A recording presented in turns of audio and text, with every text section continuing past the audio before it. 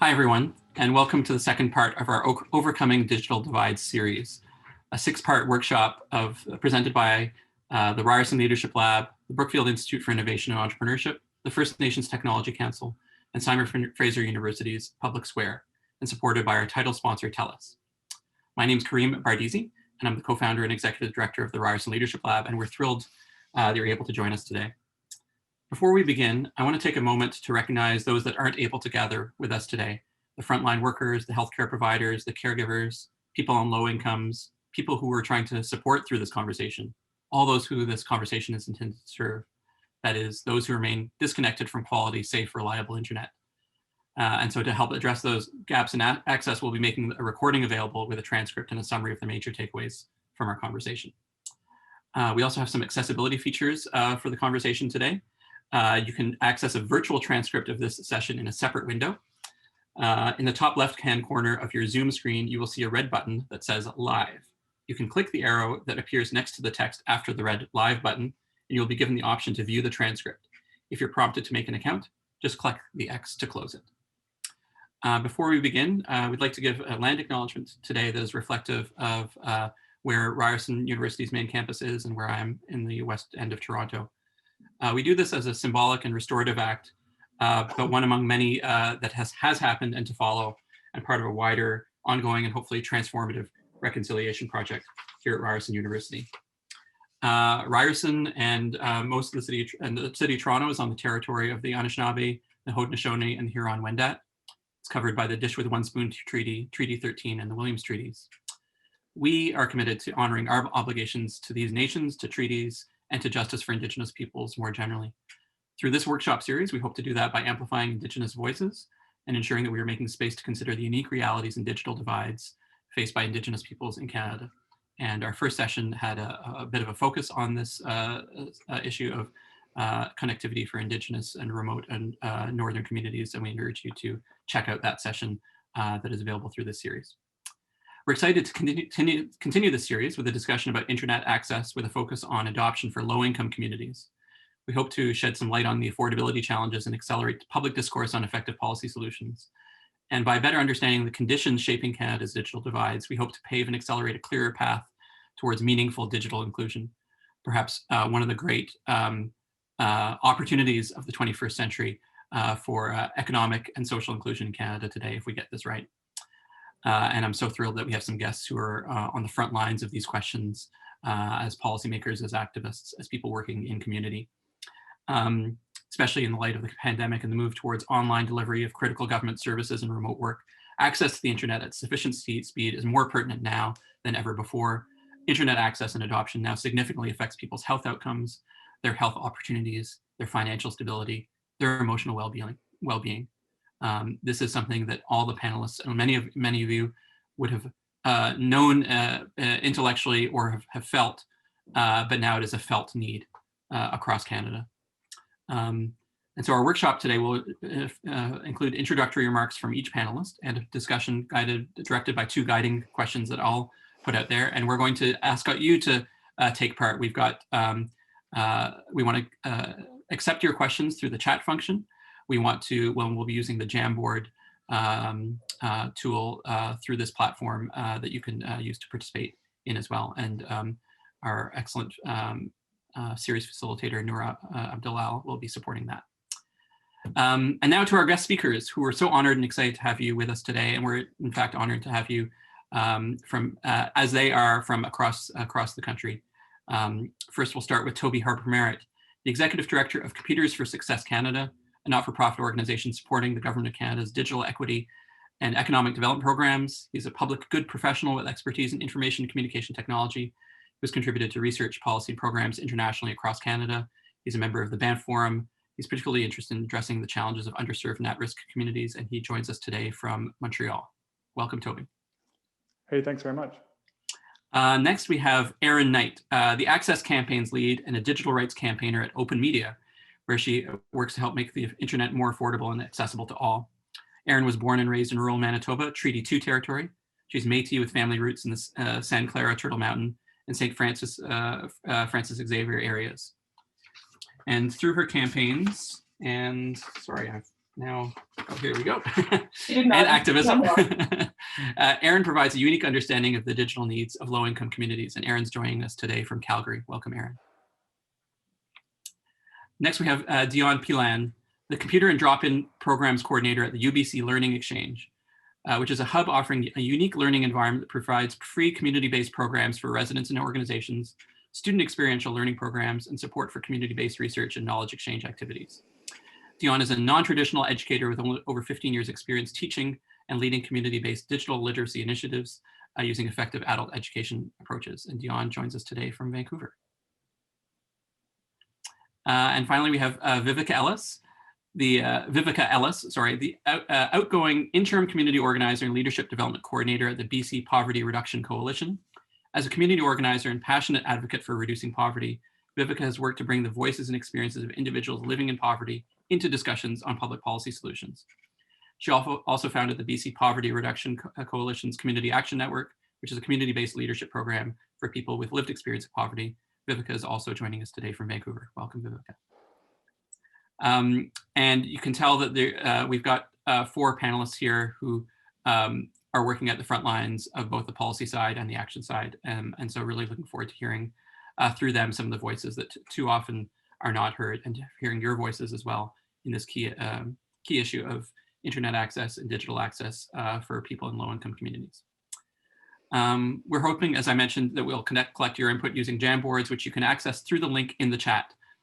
To add a comment, use the sticky note tab on the left-hand side of your screen. One of our team members will be on the back end, that's Noor, I believe, helping organize your responses as they come in.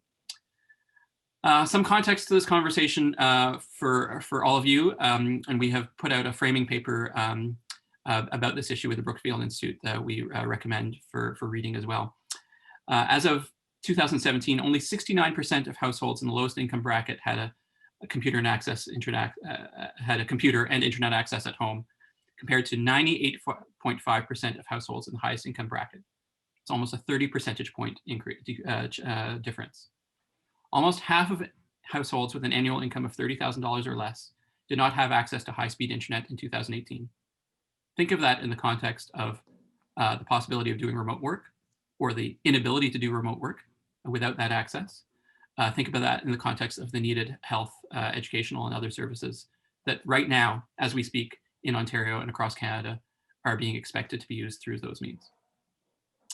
Like most categories of household expenditures, low-income households spend more than twice of their income, that is 5.4% on internet and mobile phone services, compared to all households at 2.1%. Ryerson Leadership Lab with the Brookfield Institute has done some survey research for the City of Toronto.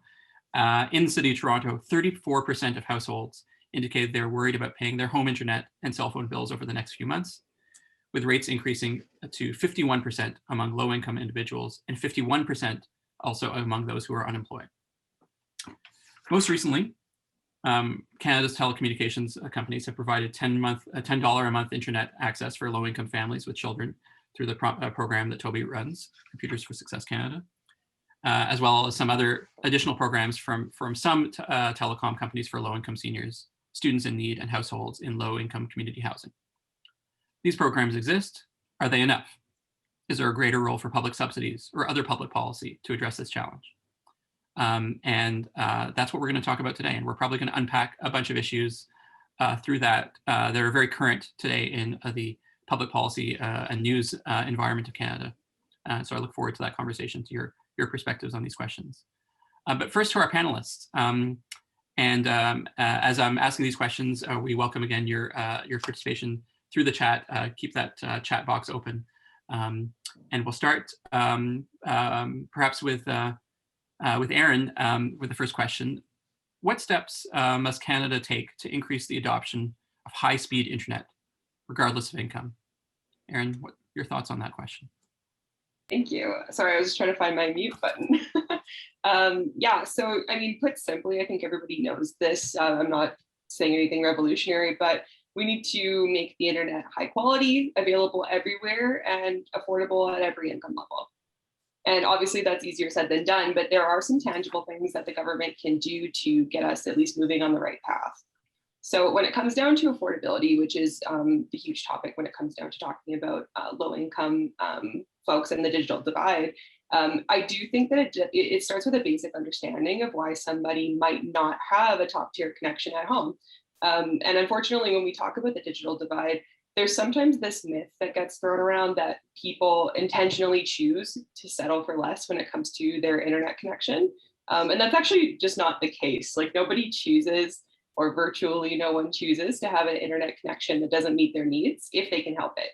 So if you're on the wrong side of the digital divide, it's pretty much for one of two reasons, which is a fast quality connection might not be available where you live, or B, even if it is available, you can't afford it. And I say this, as someone who, as you mentioned, grew up in rural Manitoba. I'm intimately familiar with poor quality and lack of availability of internet. And even as the person that I am, I say that without affordability, there is no accessibility. And in a lot of ways, Canada's current approach is to focus on access to a connection and hope that that deals with the affordability problems later on.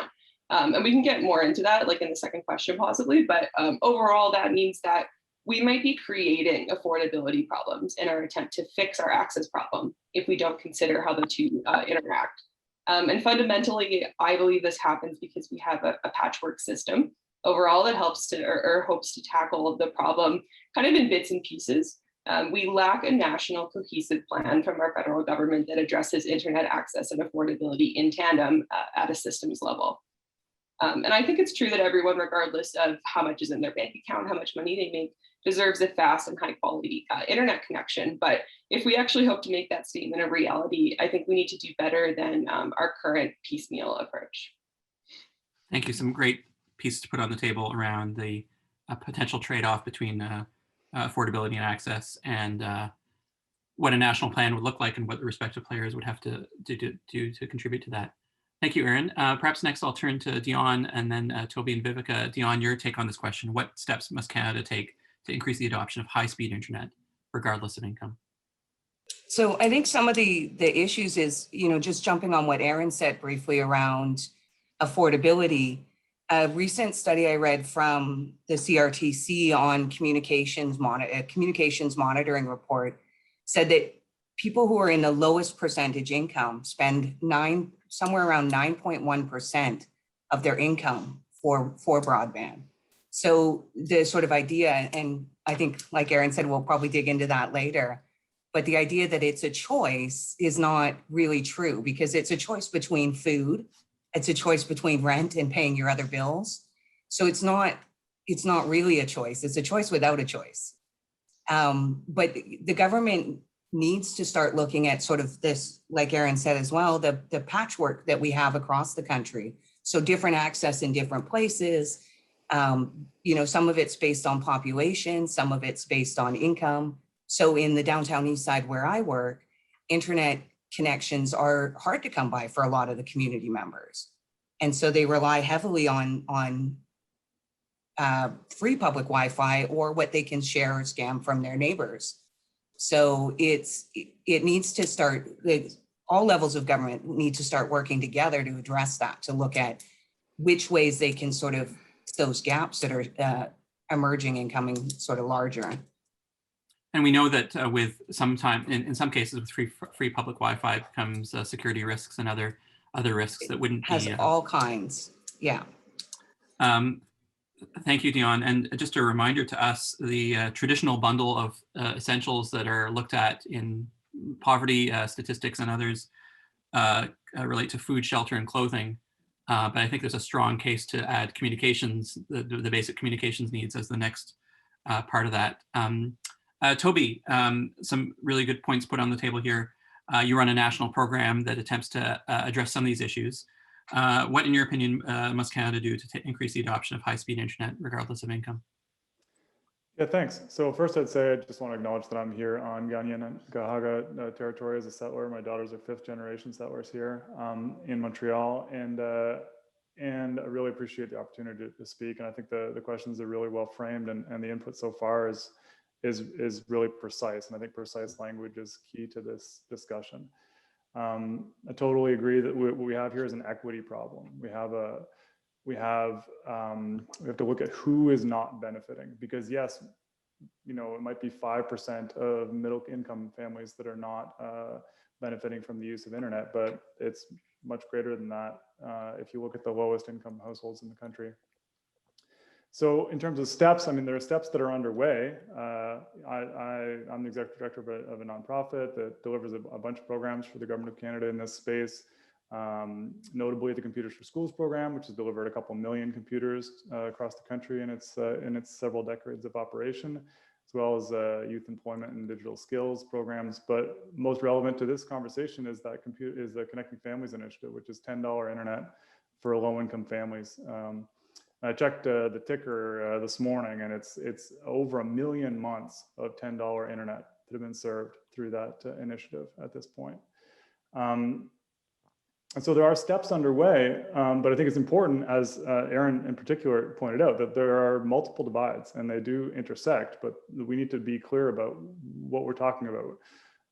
There's this infrastructure issue, getting fundamentally network access to 100% of Canadians. That's the first step, and it's got to happen. And there's a lot of public and private money going into building that infrastructure to reach, the first 1 or 2% that really aren't connected at the moment. And that, that's fiber and wireless and satellites and all sorts of stuff, and it's going to get faster and better, undoubtedly, with that investment. But then also recognize there are even more people in Canada who do have great broadband to their home, but don't benefit from its use. So there's a bigger population of people in Canada who have good internet access, but don't benefit from its use for a number of intersecting socially determined reasons. And I think, so just to repeat that, there's the same number of people, folks in the lowest income quintile as there are who live in rural and remote regions in Canada. And so what this series, I think, is showing is that we have an equity issue where there are social determinants that predict essentially digital disparities, and we call those digital services essential. And I think that's it's really a social justice issue. Thank you, and I'll look forward to hearing more about what those intersecting issues might be, and maybe Viveca might want to tackle some of those in her answer to this first question. Viveca, your take on this, working with low-income communities directly. What steps must Canada take to increase the adoption of high-speed internet regardless of income? All right, excellent question. And thanks to everyone for your comments so far. So really, I'm here to report from being at the vantage point of the Poverty Reduction Coalition. Throughout a pandemic, the Poverty Reduction Coalition has around 110 members here in BC across the labor and the nonprofit sector. So we heard an enormous amount about this, especially from community.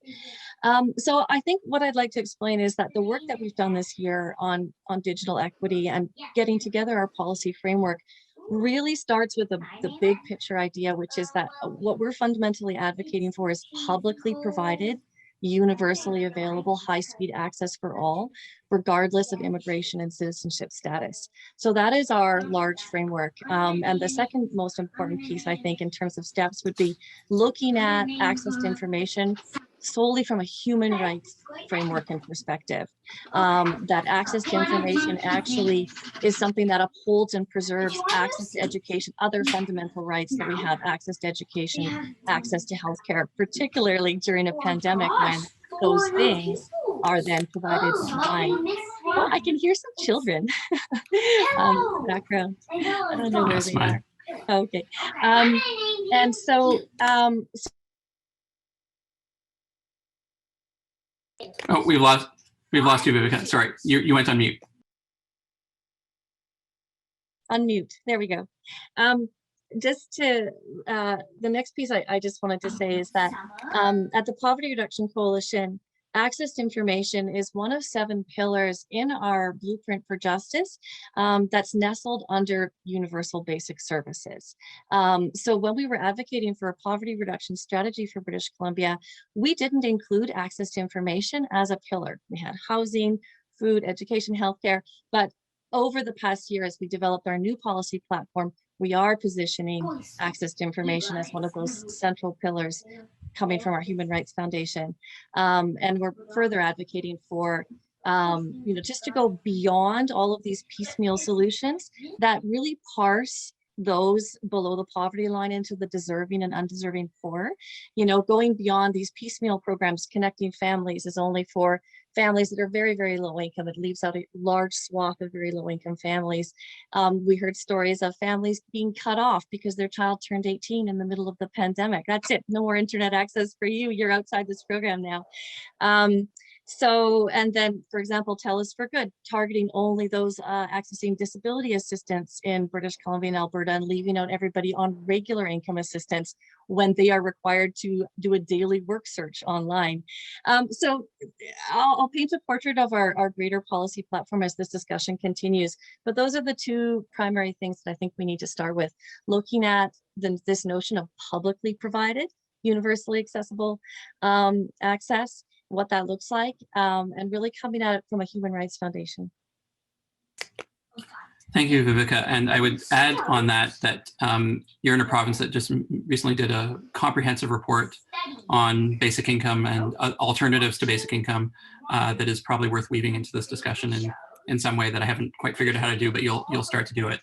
Really interesting point around taking a human rights approach to this, and we might want to see if there's expertise on the JAM board or elsewhere around that question. Obviously, the CRTC has a assessment of what basic internet access is, but we haven't yet, I don't seen this in the rights jurisdiction through the charter and courts yet, so that'll be interesting to follow.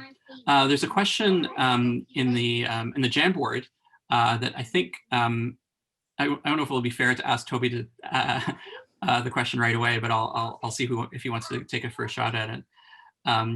What's the research on whether those $10 programs or the $10 programs are meeting the needs of the people who are using them? What else might we need on top of that? Yeah, sure. I mean, it's a program that I participated in designing and certainly I'm intimately familiar with because we've been delivering it for 3 or 4 years now. And I think it is a great attempt on the part of the service providers in partnership with federal government to address this issue.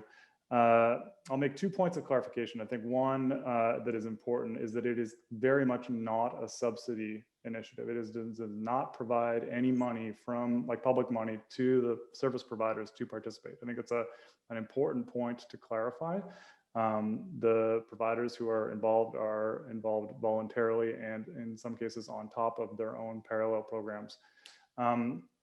The other point I would make, and you know, it's big, and so there are lots of I'm sure there are lots of outliers and exceptions, and we're in touch with a lot of our beneficiaries on a regular basis, but nobody has been cut off from this initiative. Even if you're no longer eligible, nobody has been removed from the eligible population.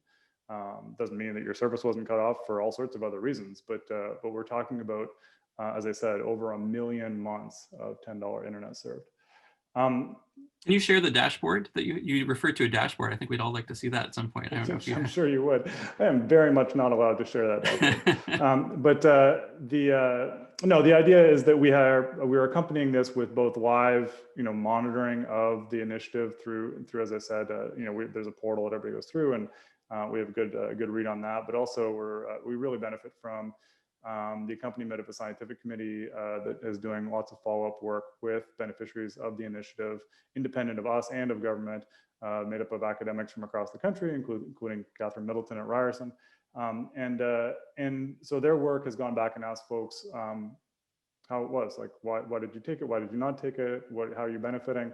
And we've gotten a great amount of feedback and really clear picture of who those folks are. I think actually kind of a unique picture of this population in Canada and its relationship to digital services. So to answer your question, those folks that are getting $10 internet out of this initiative really, really appreciate it. They really, really like it.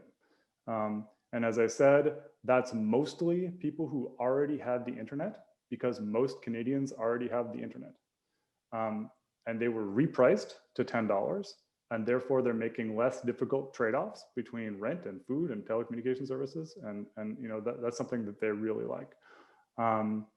There is another population where sort of about 15% who didn't have internet before, and became new subscribers through a $10 plan.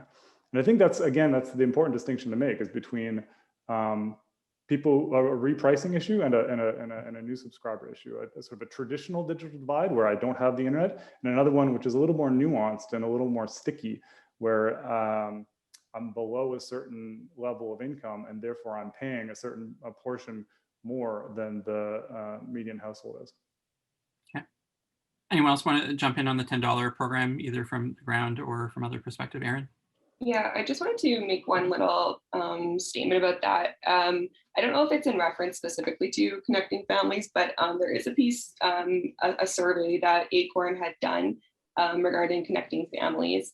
And Acorn found that 2% was the number when you look at uptake for the Connecting Families program. And they contrasted that with 3.4 million people in Canada who may be in need of the program. So while I'm not familiar with a lot of research into it, I do know that Acorn does have that stat out there, that 2% was the uptake for Connecting Families. Okay, that's helpful. Thank you. Toby?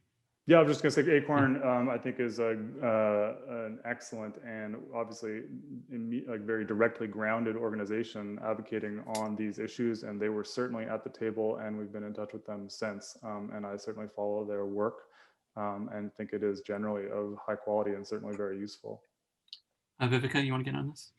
Yeah, just when it comes to the $10 a month initiatives and connecting families, I see them as separate, but what we're advocating for through our Digital Justice for BC campaign and platform out here is for $10 within our BC poverty reduction strategy called Together BC, for the provincial government to finance $10 a month internet access for all below the market basket measure poverty line, the federal MBM, not to just, have these limited programs that target just low-income families and a very low target there.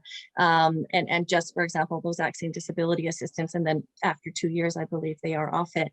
And the other main piece that I wanted to point out is that for the $10 a month access, one of the things that really came forward from the settlement sector within the Poverty Reduction Coalition, from many in the nonprofit sector, is that we cannot no longer separate internet access and speed and availability from access to education.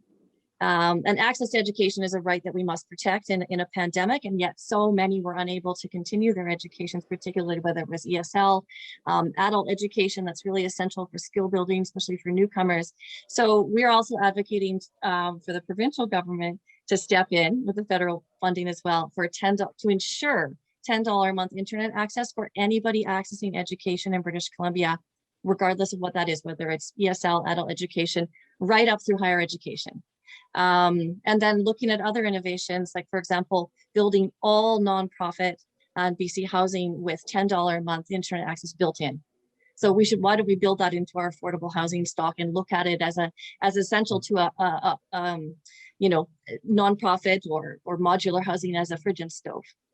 Really essential to access. So I just wanted to sort of point out those pieces that, when we're talking about $10 a month, it's a beautiful solution. And I know some that access it and they love it, but it's just, it has such limited availability that we don't see the impact on the ground here in British Columbia. The hundreds of people that I work with that are below the poverty line. I was at a meeting recently, and somebody who lives in the downtown east side was hovering at a mobile bike station to get the Wi-Fi to access the meeting. And he was in the rain without an umbrella, hovering at the bike stall, just to connect with community at a meeting. So we can avoid this. He doesn't have access to any $10 a month program at this time.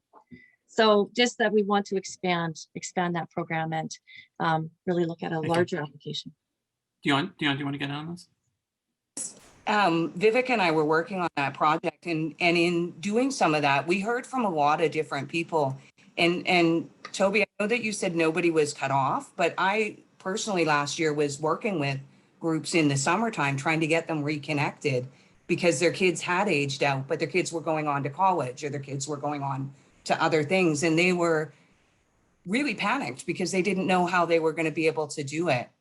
And I think, when we talk about what groups or what responsibility needs to happen, it has to happen at all levels, because the cities have infrastructures and ability to sort of look at building those things in.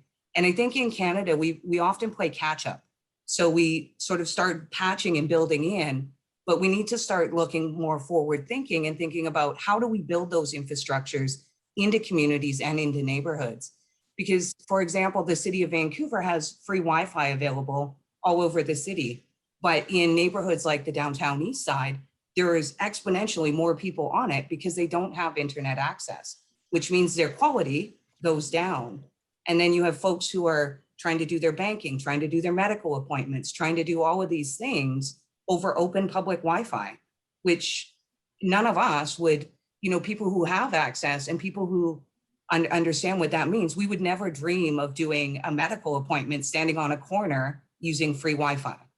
But that's the reality for some of the folks I work with, because that's the only internet that they have. So hearing a lot of interest in the $10 per month concept, and we should come back to how scalable some of these programs are and what the respective private and public sector shares of those are, and whether there's some comments in the chat I'll get to on the private sector role in this in a second. But there's also comments in the chat and on the Jamboard from Teresa Affleck, from Sean Marr, around the role of municipal infrastructure. You've mentioned it a couple times already. How much potential is there to drive access, perhaps safer, more affordable access through new infrastructure build? Bike stations were mentioned, some really exciting municipal projects, some of which have risks, not just data risks, but other forms of risks. So can you talk to us, let's get into a bit more of the conversation around what municipal infrastructure to support access to low-income people actually looks like on the ground. And I don't know, Erin, do you want to start with that? Sorry, can you repeat the question? I wasn't sure. Yeah, A lot of conversation around how we can use municipal infrastructure or affordable housing infrastructure to better embed affordable, safe access for low-income people in particular. You mentioned the bike. You mentioned the bike station perhaps as a not safe option, but are there safer options? Are there affordable options that can be built into infrastructure? Are there cooperative models that might be available for people of low income to access? Yeah, so I'd like to speak to this, maybe not in the context of what municipal infrastructure can be utilized, but overall in general, the topic of community-owned broadband, because we've actually seen this roll out in a few small cities across Canada and especially in the United States.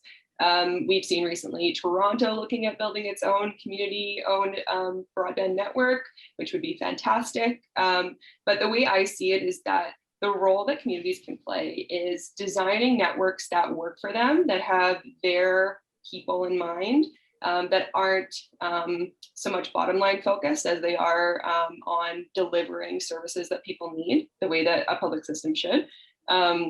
These particular networks that are owned by communities, or that communities have the network and they provide wholesale services to an ISP who then sells retail services. There's many different models, but overall what we've seen is this actually in general provides cheaper prices than what we see from competitors.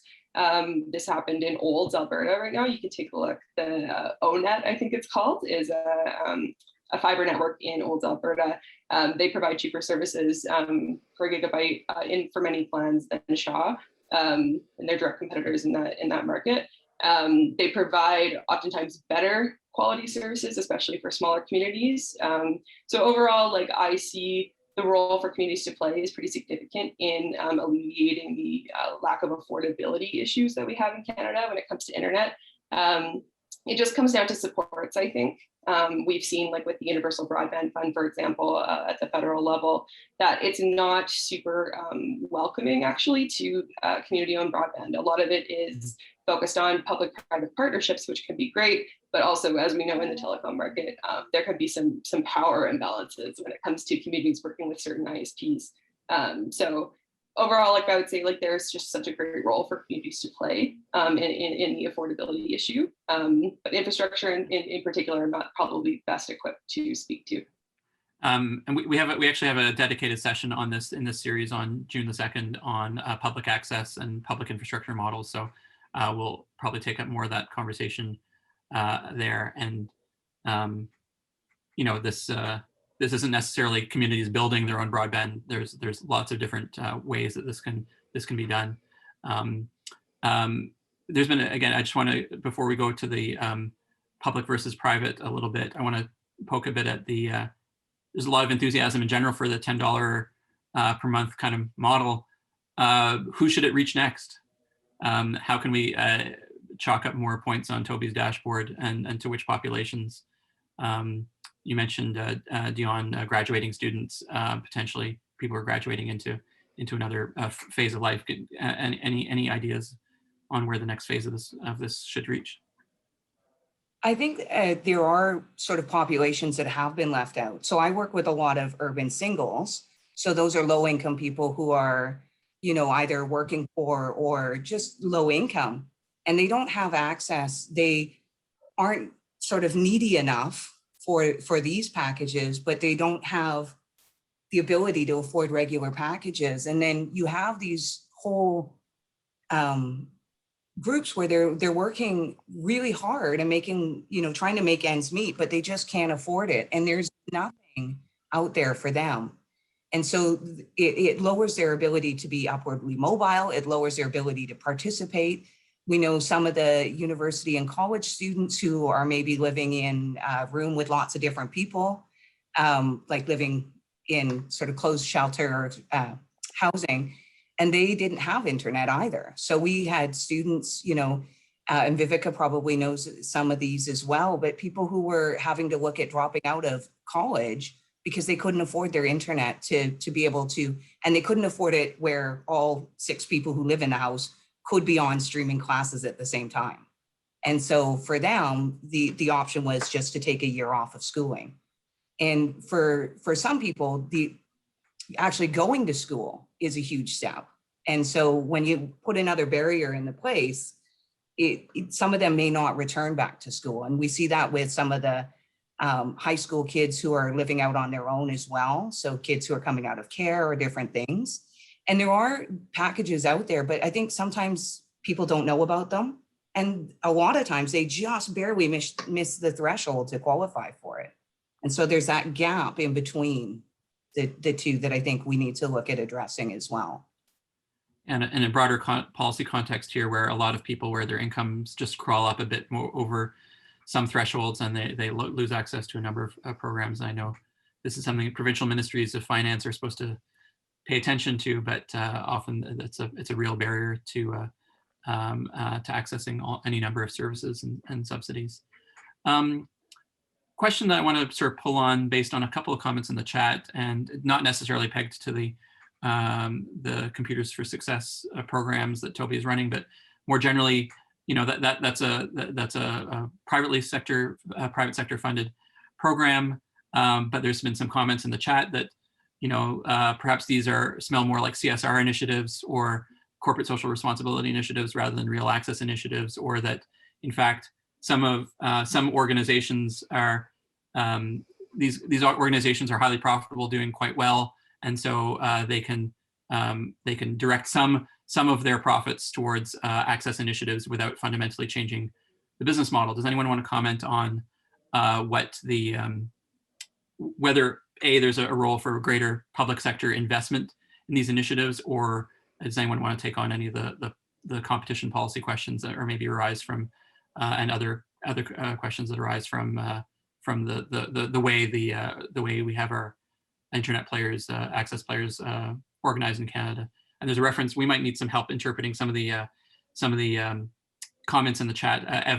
MVNO. We might want to, Nora, I don't know if you can add some definitions to the different things that are being put in there. But there's some important players in the larger ecosystem that we should probably understand who they are. So private versus public role of investment and the role of public policy in driving better access. Who wants to start with that? I can dive in a little here because I'm the one who piped up right at the start with our primary ask, which is for publicly provided, universally accessible access for all, which is a big ask.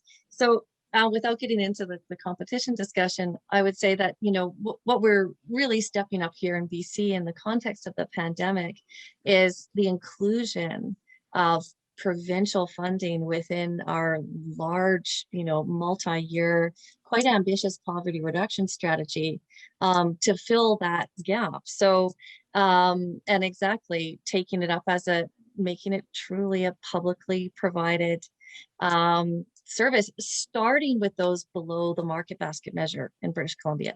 So, we have this, our legislated target is to reduce overall poverty 50% by 2024 and overall poverty 25% and child poverty 50%. So why don't we look at access to information and high-speed quality internet access as a fundamental part of the journey for many who are climbing out of poverty in British Columbia, and start with that. So I would say that, I am speaking from the provincial perspective here, but that we need provincial investment, every province in Canada, and we need a federal emphasis on affordability, because availability does not mean accessibility. Right. And this is where we have a huge gap in our federal mandates around that 900 million and where it's landing, that we have to address affordability.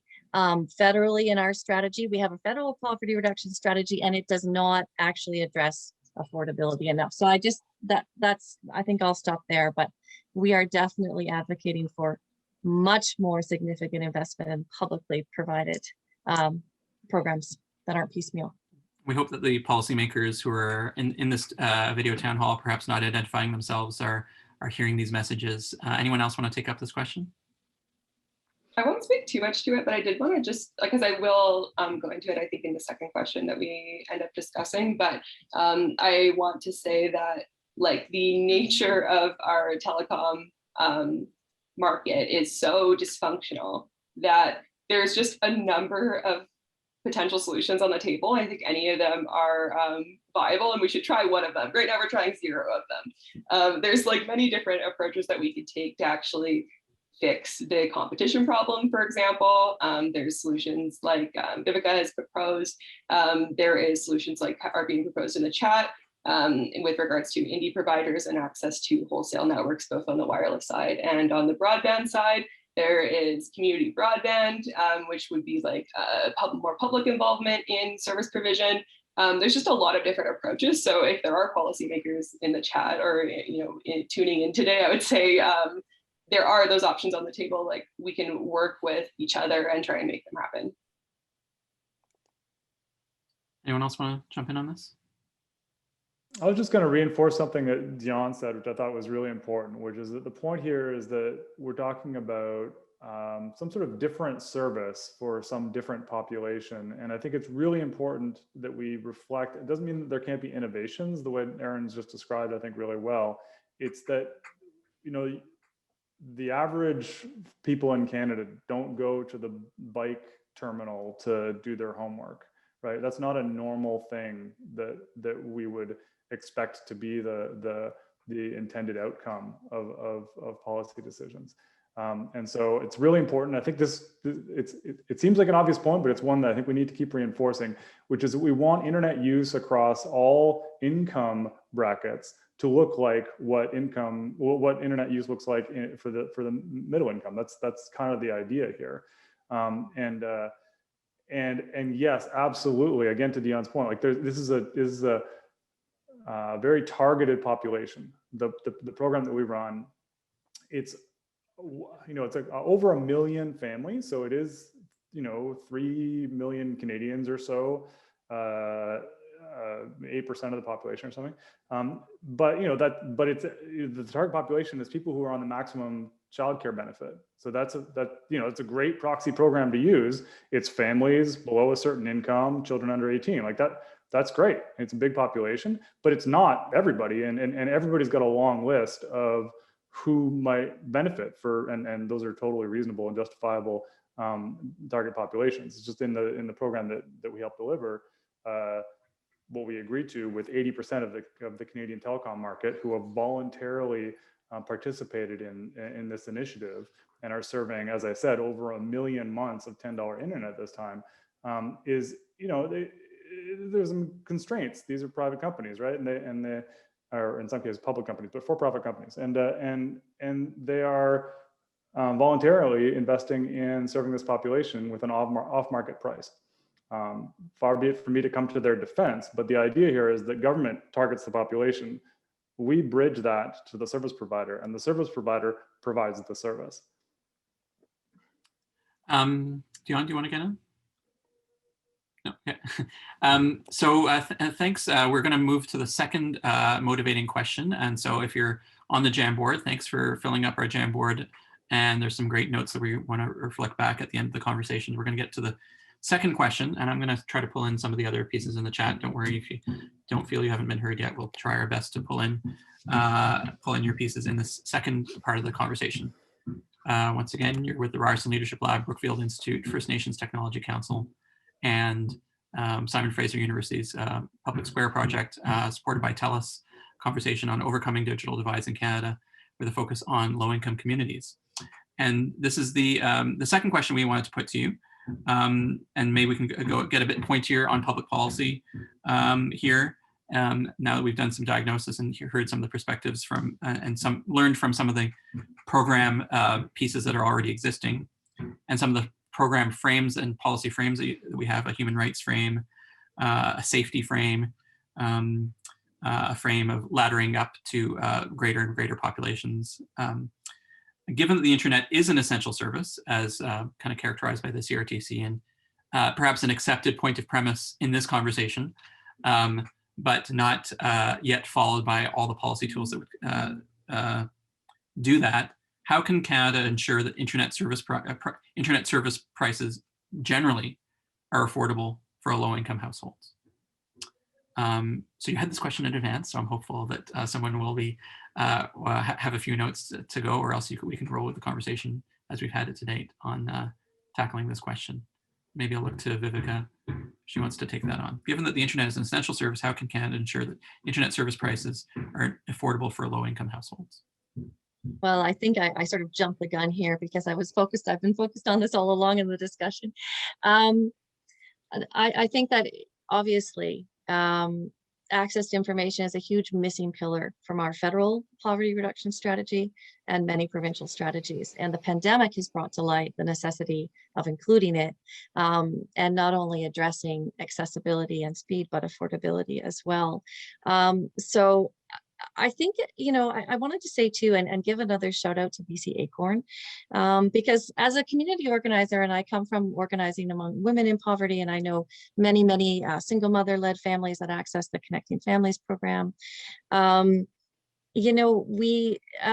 This as a policy area in British Columbia, to be honest, it's been largely overlooked for a very long time, to be frank.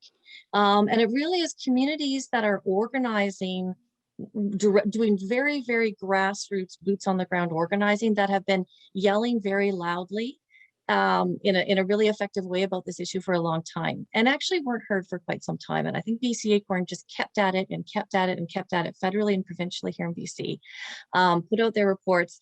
So, the issue around affordability is something that for most of us, right? You pay your $75 a month and there you go, right? There's not a question. Of course, you get it, you have internet access at your home.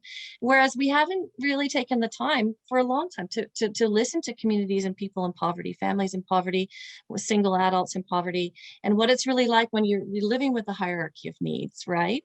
And, are you going to pay your hydro bill, or are you going to afford internet access? And it's so costly. So I think we're at a bit of a tipping point around beginning how to understand what affordability really means for low-income communities, and what kind of access they actually do and don't have.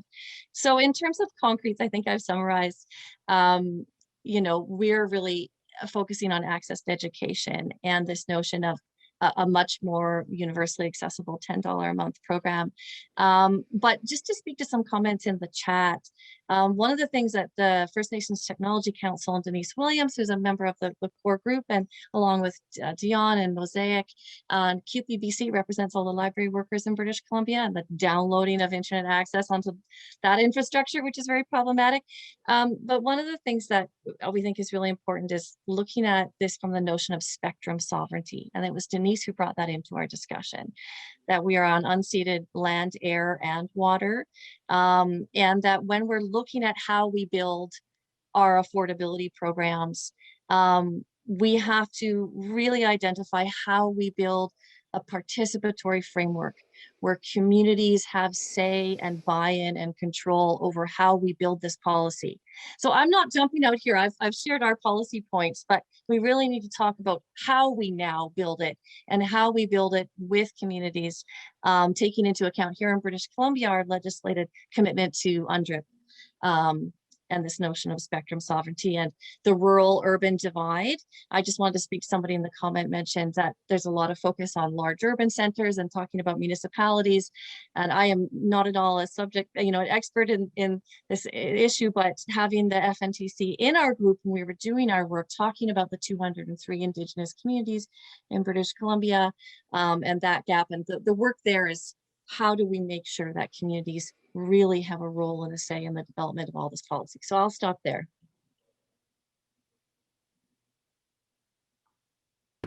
Sorry, same question. Given the internet is an essential service, how can Canada ensure that internet service prices are affordable for low-income households? Who wants to take this next? Toby. Okay. I mean, I think, speaking on my own behalf, that we can and should do everything we can. So everything all at once. Outrage is stackable. We can do competition, and we can do regulation for competition, and we can do innovations, some of which we've named already in terms of service models and utility approaches and all sorts. So we can do all that sort of stuff, and we need to have off-market pricing, because I think regardless of those first few, and this is the thing I know about the most, is you can drive down, like the market will drive down prices, and it may not be going as fast as we want, and yet it is going down, and innovations will help, but it will land on a floor, and then there will be a whole bunch of folks underneath that, and those folks are still paying factors above the median to pay for this ostensibly essential service. And so, I think we can work with the models we have. We can try some peripheral models to serve particular communities.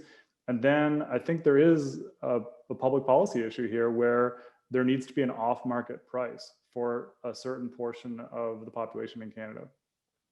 So an all-in approach using all the policy tools and perhaps persuasion tools, that's suggestive perhaps of a national strategy. In the Jamboard on the first part of the conversation, there was a question about whether we had a national strategy. Do we have one and we just don't know it, and it's just maybe a bit more timid than is needed given the issues, or do we not have a national strategy? If we don't have a national strategy, who could help lead that? There was a question in the chat about which are the politicians that are taking a leadership role in this. So maybe I'll make the question a bit more of this part of the conversation a bit more pointed for you, Erin and Dion. Do we have a national strategy? If so, what would that look like? And who are the leaders on that? I'm happy to chime in. Now there's a lot of things I want to say in this question, so I apologize, but I'll try and address that at the end a little bit. I do want to just speak to the second question a little bit, and also just chime in on what Viveca said about rural affordability. It's a huge problem. I'm from a very small town, about 4.5 hours northwest of Winnipeg.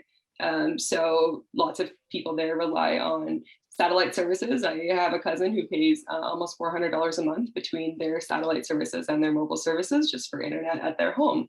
So that's obviously super unacceptable. And a lot of the approaches that we discuss don't really factor in satellite services. So it's just something for people to keep in mind.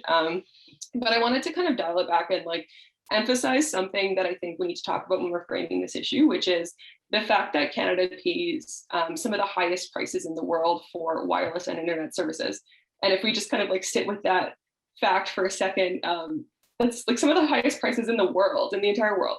I think that every policymaker really needs to sit back and say, what on earth is happening in Canada in our telecommunications sector that's causing this, and what needs to change right now?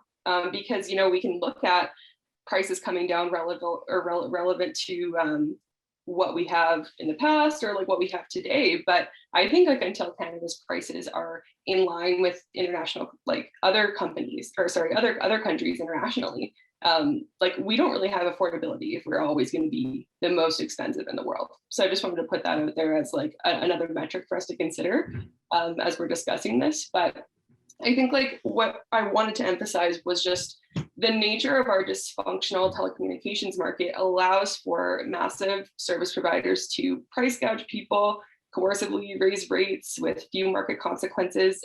They shut out competitors at every turn. And over the years, our government has collectively put billions of dollars behind closing the digital divide, very much so in the hands of these providers who have a vested interest in not doing what we need them to do. And this happens largely without a real plan towards supporting competition and choice. It's lots of times, as I mentioned at the beginning, towards connecting people physically to the internet. But as everyone has pointed out, that doesn't necessarily translate into accessibility. So a lot of the federal money that we're seeing being advertised as bold and brash and all sorts of things is actually reinforcing the system that keeps connectivity unaffordable in Canada. And everyone here has made really great points about the low income internet programs. And I think they can certainly alleviate a lot of pressure on a lot of people. And we've already recognized that there are millions of people who are still being left out by the qualifiers. And as Toby said, there is also a place, I think, for this off-market price for people who will always not be able to afford the floor in a highly competitive system. And I think in the short term, expanding those qualifiers will be super important. But in the long term, I want to kind of point back to what I said at the beginning about strengthening an approach that is system-wide, fixing this systemic problem in Canada with our internet and wireless ecosystem. Because this systemic change is what we need versus a patchwork quilt of programs. And we need to see prices come down overall relative to other countries, as I said. And so in moving towards a systemic change, the government really needs to take concrete steps to improve choice and affordability, or sorry, choice and competition, which will then improve affordability. Because we have these huge players that are dominating the internet and wireless markets. They're I cannot speak, I'm so sorry, operating in oligopolies, which are limiting our choices of providers, and they're keeping prices artificially high. And so when the government has funding and policy that actually cements these oligopolies rather than supporting and funding competitors or alternatives, as I mentioned, there's community broadband and there are indie providers as well who can be good competitors in this area. It just cements this unaffordable system. And I think like the elephant in the room is it's about to get worse because Rogers is attempting to buy out Shaw. And I think everyone is very scared that that might happen. Consumers, there's advocates, organizations, businesses, and more. Everyone is saying prices are too expensive in Canada. We need more competition and choice, amongst other things. And then this deal is going to move us in the opposite direction. And so like, I'm just saying how ridiculous it is to think about consolidating our telecom services even further than they currently are. And it will almost certainly lead to higher prices. We already saw this happen in Manitoba in 2017 when Bell bought out MTS, which was the fourth wireless carrier in the province. That's my home province. I was actually an MTS customer when that happened. Prices went up and that deal was worth, I think, don't quote me on this, I think it was worth 3.9 billion. And so this Shaw Rogers deal is worth about 26 billion. So if you just kind of like think about the scale of the impact that we might see in Canada when it was already so bad with a much smaller consolidation. So I think it goes without saying that the government absolutely needs to block the Raw or Shawgers deal. But yeah, like, I mean, altogether, this leads back to the core issue that I've been talking about, which is that the government needs to understand that every time a policy or a funding announcement or a regulatory decision supports those incumbents over the others, helps keep the internet more unaffordable relative to other countries. And instead of all this kind of just disjointed stopgap measures that don't actually result in meaningful change, I think that we need, like I mentioned, that national strategy that fosters choice and competition and makes full use of alternatives like community broadband, which are demonstrated to result in lower prices. And I've been very, very long with this answer, and I apologize. I did want to say just about the question that was posed right before you passed it over to me about the national strategy. We don't actually have a cohesive national strategy. We do have bits like like Connecting Canada or whatever it's called. Like these pieces do say we want this number of people to be connected by this time, and we're going to do this, but it's actually not a strategy. It's just saying we're doing X like thing in this amount of time. It's not actually showing who's going to be connected by when, what are the affordability measures that are built in, how is the system going to be transformed. I don't really see that from the current plans out there that I wouldn't call a strategy. Thank you. That was well said, in particular about what a national strategy would need to look for and measure over time. And on the competition policy question, so that's a third kind of horizontal lens. We had the human rights lens. We had the essential services lens, and then we also had the competition policy lens, which is a very complex issue with lots of data going back and forth, much of which ends up in the hands of the CRTC or the Competition Bureau for deliberation. I would recommend, there's a couple of folks in this, I see in the participants of the conversation, Vas Bednar, Wendy Dobson, some others who might want to promote their work on this, or we can drop it into the chat, because this is, as Erin says, a very present policy conversation right now that does definitely bear on the broader question. Just want to get and let's keep that Jamboard going for a bit longer. We're gonna wrap up soon with a question, with a couple more questions, and I want to pick up on something I think it was either Dion or Viveca said around the choices that low-income people face, and one of the choices actually, I'm guessing, between home internet access and mobile access, and then the need to use your personal data plan on your mobile to kind of patch over to home internet. And relatedly, there's also a choice between presumably between access to the service and purchase or procurement of a device to actually use the service, whether it's a low-cost tablet or a computer or a phone. Can you just speak to anyone who wants to take that on, the question of accessibility to devices for low-income people, which is in a different marketplace, and has its own competition issues potentially, but a very different set of competition issues than the ones that we're talking about here, and is in a more global market where it may be harder to have programs that without, again, private or public sector subsidy supporting. I mean, I'll speak to computers for schools. I don't want to interrupt anybody else, but there is a federal government program that's been around for 27 years that's delivered 1.7 something million computers to target populations in Canada for mostly free and also low cost, depending on the beneficiary. And that's a really, I think, under-recognized initiative of government to have had the foresight in the early 90s to say, we're going to have an e-waste problem because look at how many computers we're buying for the civil service. We need to have a circular approach to this. This is 1993. We are going to refurbish these and employ youth interns to do so that they can learn about the digital world. And then we're going to redistribute these public assets into the community so that they can be the first school computer classrooms, et cetera, et cetera. And that's been going and delivered by a network. Every province and territory has a dedicated nonprofit that does that work of refurbishment and redistribution. And that program is excellent. And it's one of the ones that we help support. And in BC, it's particularly active and really, really sophisticated and does great work in partnership with BC government and others.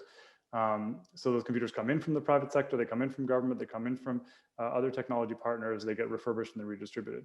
And just to say that in the context of connecting families, the $10 internet for a certain segment of that population is accompanied with a free computer. And so the 2017 budget announcement around connecting families announced 50,000 computers would be distributed through that 5-year plan. And we're in year 4 and 43,000 have been distributed. And we see each one of those go out to the door, and we certainly hear back from the families that receive them.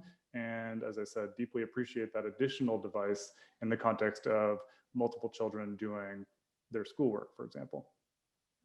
Dion, just unmute yourself. Sorry. I think, Toby, the computer for schools is fantastic for those who have access to those pieces. Just kind of going back to your point about digital cell phone or data that way. I know that there's been some studies recently that say a lot of low-income community members are connected because they have digital access or data access on their phones. But it implies, again, that equality piece. Anybody who's ever tried to fill out a government form knows it's complicated. Try doing that on a cell phone with limited data. Try doing that on a cell phone, again, where you're sharing your data between a whole bunch of people and you're halfway through the form and your data cuts out.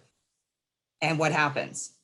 And during the pandemic, with a lot of community access places such as the Learning Exchange that offer computer access, having limited hours and time, a lot more people are relying on that mobile data to do important things. But the challenges don't go away. In fact, in some cases, they're more complicated because people can't do some of the things that are required on a mobile device. And, you know, we talk about access, but then when we're talking about digital devices, it's also the literacy, the digital literacy that goes with it. And digital literacy is different between a desktop or a hard computer and a mobile device and a tablet. So it gets more challenging and tricky. I know in BC, some of our government forms aren't geared they're only geared to work in Internet Explorer. I don't know a mobile device that comes with Internet Explorer. So it makes it more challenging, again, for people. So when we talk about access, I don't think saying that people have mobile access is saying, okay, they have internet access. That's fair, that's fine.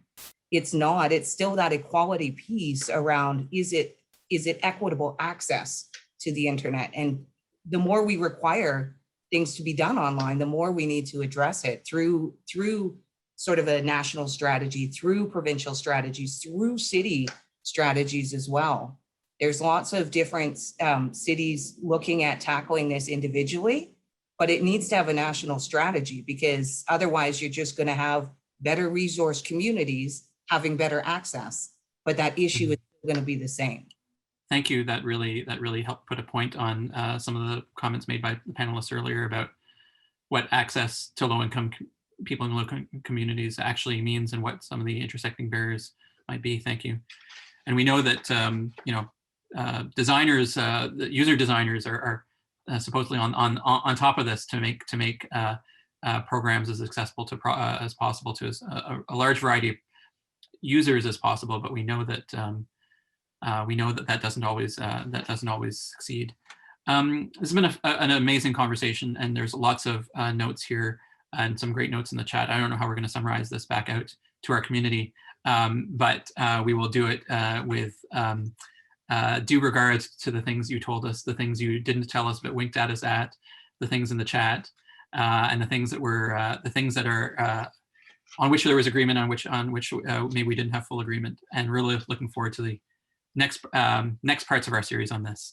I'd like to thank each of you, Dion, Erin, Viveca, and Toby, joining us again from Vancouver, Calgary, and Montreal, for your time, for your insight, for your dedication to this project, for the many different perspectives that just goes beyond maybe just the simple price point. And maybe it starts in the price point, but is so much richer and so much more important set of policy considerations than that in the conversation. We'll be making a recording available with a transcript and a summary of the major takeaways for all of you. The Jamboard will remain open for people to give input. And so we've tried to, in this series, capture the voices and the perspectives of a number of players, of communities, of populations in this space around this more general question of overcoming digital divides. So the next session will focus on the digital challenges faced by older adults. That will be taking place on April 28th at Wednesday, April 28th, in 3 weeks at noon Eastern Time, 9 a.m. Pacific Time. You can register using the link in the chat that I believe Noor is going to put in the chat. Once again, thank you to, on behalf of the Ryerson Leadership Lab, thank you to the Brookfield Institute for Innovation and Entrepreneurship, Simon Fraser University's Public Square, First Nations Technology Council, and our title sponsor, TELUS, for your support of this series. Check out our framing paper. Join us for the future conversations that we're going to have. And hopefully this serves as a platform not only for policy discussion, but for action in your spaces or in the spaces of the organizations that are working with us. Thank you, all of you, and enjoy your day.